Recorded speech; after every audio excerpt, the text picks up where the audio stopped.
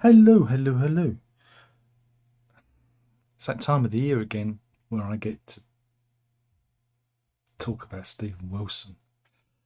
It's his 100th solo album, The Harmony Codex or Hegemony Bollocks. And well done, it's another album. It's 1 hour, 4 minutes. The robots won. The robots have won. Um, this is what happens when AI creates an album from the very cover, which, again, slap a rainbow on it. Slap a Rainbow, which tries desperately to have the same kind of visual impact as a Hypnosis album sleeve. So we're gonna put a rainbow on the cover. Rubik, it's just a fucking Rubik's cube. It's what it is. But I forgot to start. I forgot. Sorry, I apologise. I must apologise. Um, Firstly, if you're a Stephen Wilson fan or a Porcupine Tree fan, I just want to apologise for you for being a moron. That's all. That's it. I'm sorry that you're a complete moron for falling for it. That's it. And you have my deepest sympathies. You really do, because quite a few people have fallen for it. And one day you're going to wake up and you're going to go, "Damn, how did I fall for this nonsense?" That's what's going to happen. Um, so that's the apologies out of the way. Feel free to insult me in the comments below. I don't care. And neither should you, because that's what this is all about. But yeah, the interesting thing about Stephen Wilson having a new album out is there's always a slew of interviews and stuff beforehand. And I had the deep, deep joy of stumbling across. It was a 2 hour interview, I think it was. I didn't watch all 2 hours of it, but it was amazing. It was where a middle-aged man earnestly pulled off Stephen Wilson under the table. I think that's what happened. At least that's what it felt like to me. That's what it felt like. What should have been happening, just really tugging away. But in this interview, there was a great question, and the interviewer asked the interviewee about regrets, and Wilson replies, "Well, my biggest regret is not being born 20 years earlier," which I think I've hurt myself. I think I may have ruptured something when I heard him say that, because was he born in like 67? But he was born a few years before me, and so he would have been born in, I don't know, 47, right? Now, Steve, I know you're not going to be watching, but if you was born in 47, right, then who would you have copied your musical career from? Because like you'd have had no one to copy from. You'd have had to, I don't know, copy Bill Haley and Little Richard and people like that. You see? And it made me laugh. The idea of Stephen Wilson existing in around the same time as all those people, his progressive contemporaries, would have been the funniest thing ever, because he would never have cut the mustard with any of those people. And he would have been outside the venue selling pirate T-shirts. That would have been his fate. But as I've said before, Stephen Wilson is what happens when the last man is left standing. You'll see this in companies where there's someone who's so utterly and totally incompetent that they can't ever move on from a job, and eventually you'll go back there and they're still there. In fact, they've ended up being promoted to manager of the company. And this is what you see with Wilson. Again, just go back to the 90s. Go and watch. There's plenty of material from him and his band in the 90s playing. And it's truly awful stuff. And they couldn't get arrested in the 90s. They couldn't get arrested in the 90s. And I still believe that the only reason people buy this stuff is because it's the only stuff that's available. Last man standing. But that moves me on to this 1 hour, 4 minutes of total and utter bollocks, because it is. Oh dear. And so it's the audio equivalent of a wallpaper catalogue. You know, you turn the page and go, "Oh look, oh that's a bit like Talk Talk." Oh, Oh, we got a little bit of drum and bass, which he kind of those scattering percussion sounds, which wouldn't have been a miss back in the mid to late 90s from, I don't know, Ronnie Size or Goldie. And then there's, what's that? Is that almost like a Mel Collins saxophone break from that band he's dropped in there? And it's like the greatest hits of the sound palette. And I mean, I will give him credit. It's a masterclass in how to use Logic Pro.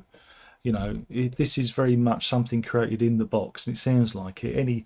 Any performance, any air, any movement has been sucked expertly out of it, and you end up with this very flat, stodge of, well, sounds. It's just sounds, assembled sounds. That's what I'd call it, because it's not music. This isn't music. What does he say? What does it actually? What is the message? What is he trying to say? And I still can't figure out what Wilson is trying to achieve with these albums or these songs. Just don't get it. Nothing hits to me. You hear, well, I know there's at least one guitar solo in there that just could have been cut and pasted from any fucking rock record. It's just, and we go do that loud quiet thing that he loves doing. Loud quiet, that's his idea of doing tension.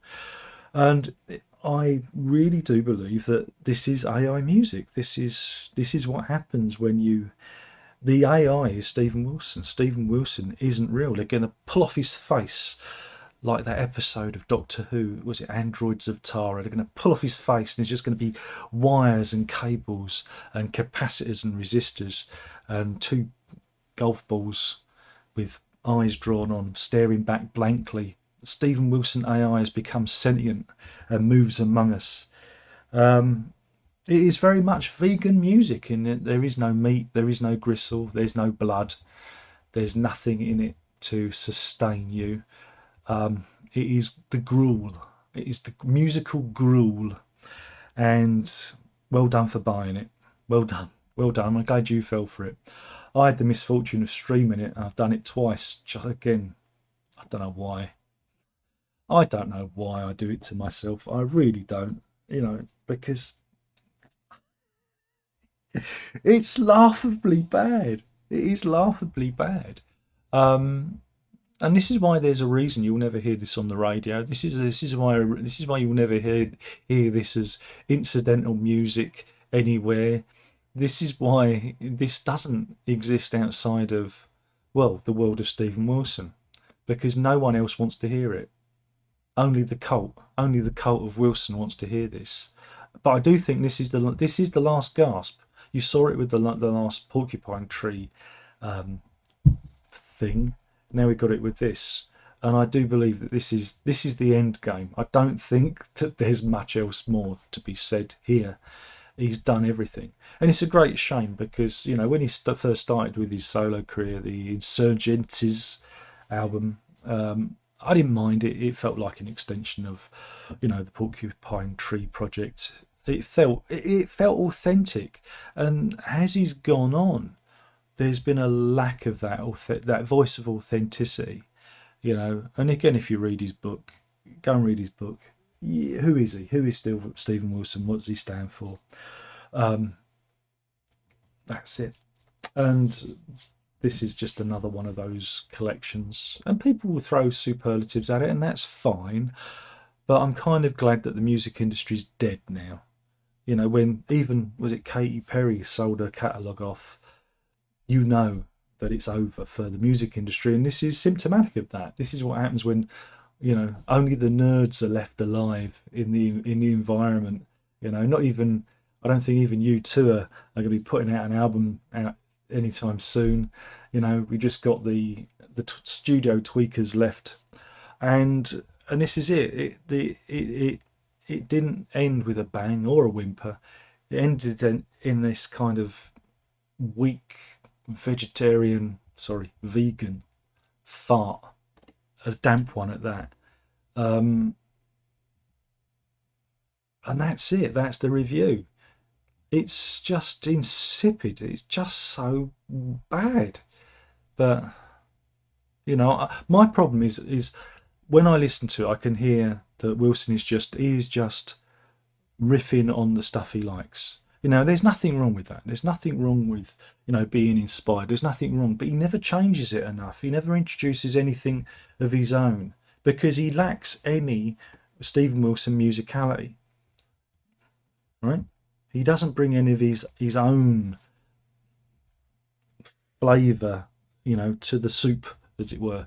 It's just borrowing, other sounds and other, musics and blending them together. Again, Control C, Control V, used a lot in his production technique. I'm just going to drop that in there. I'm just going to Control C, Control V, that there. Boom, boom, boom, boom. It's music, cut and paste music.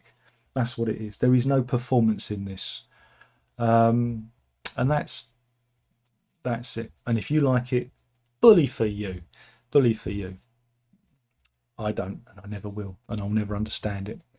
But there you go. I do believe this is the end of the journey. I think people will tire now. They'll go, no. Oh, there will be those that declare him a genius. Okay. I just think he's very clever in the studio. He's very good at what he does in the studio. And I think he should have. It's a shame he wasn't born 20 years earlier, because I think he would have been better suited being a producer. And I'm going to keep saying that. Musician he ain't. Because, the only time he came close to doing that was with that Instant record. And again, I'll repeat myself. And a little bit of the Up Before the Crow Farts. When he tries to tell stories, I think it almost clicks, it almost works, but other than that, there is no message here. It's what's the song? Time is running out, indeed, and we have hit rock bottom, because this is about economies of scale, and we can only wonder what life brings if you have the inclination. Now, you don't want to be left looking like some beautiful scarecrow.